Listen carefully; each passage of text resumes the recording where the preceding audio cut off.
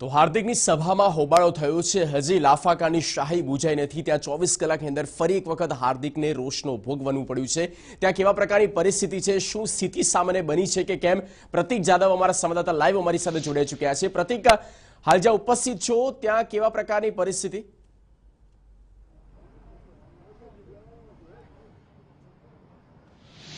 जगदीश, हाल हूँ Nicol police station उपस्थित छूँ અને સતત બીજા દિવસે હાર્દિક પટેલ જે કોંગ્રેસના સ્ટાર પ્રચારક છે તેના ઉપર હુમલો થયો છે અને નિકોલ વિસ્તારમાં તેની જે સભા હતી, સભા દરમિયાન કેટલાક કાર્યકરો દ્વારા હુમલો કરવામાં આવ્યો હતો અને ખુરશી ઉછાળીને માહોલ બગાડવાનો પ્રયાસ કરવામાં આવ્યો હતો। સ્થાનિક પોલીસ દ્વારા તુરંત જ જે પરિસ્થિતિ તેને કાબૂમાં લેવામાં આવી હતી। આપણી સાથે હાલ નિકોલ પોલીસ સ્ટેશનના પીઆઈ ઝાલા સાહેબ ઉપસ્થિત છે, તેમની સાથે વાત કરીશું। સર, ખાસ કરીને જે રીતે માહોલ બગડ્યો હતો હાર્દિક પટેલની સભામાં, ત્યારબાદ કઈ રીતનું આપણા તરફથી એક્શન લેવામાં આવ્યા છે? હાર્દિક પટેલની સભાની અંદર જ્યારે હાર્દિક પટેલ જે પ્રવચન માટે ઊભા થયા તે સમય દરમિયાન અલ્પેશ કથિરિયા ગ્રુપના લગભગ 10 થી 12 જણા લોકો આવી જય સરદાર જય પાટીદારના નારાઓ લગાવી અને સભાની અંદર હબોડો કરવાની કોશિશ કરેલી, પરંતુ સમયસર પોલીસ આવી તમામ જે 5 જણાઓને ડિટેન કરવામાં આવેલા છે તથા હાલ સભા પૂર્ણ થયેલ છે અને શાંતિ છે। બિલકુલ સર, જે 5 વ્યક્તિને અહીં અટકાયત કરવામાં આવી છે તે કોણ છે, ક્યાંથી આવ્યા હતા, તે વિશે કઈ માહિતી મળી શકે છે?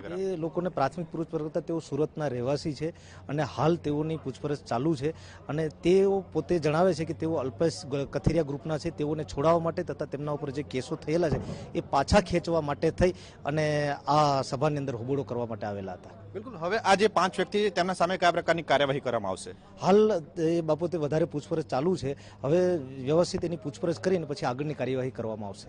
સભામાં જે રીતે આ લોકોએ હોબાળો મચાવ્યો હતો ત્યારબાદ પરિસ્થિતિ થોડીક તંગ બની હતી। હવે હાલ શાંતિનો માહોલ છે। અમદાવાદના નિકોલ વિસ્તારમાં કયા પ્રકારની પરિસ્થિતિ છે અને કેવી રીતે સમગ્ર પરિસ્થિતિનો કાબુ મેળવવામાં આવી રહ્યો છે?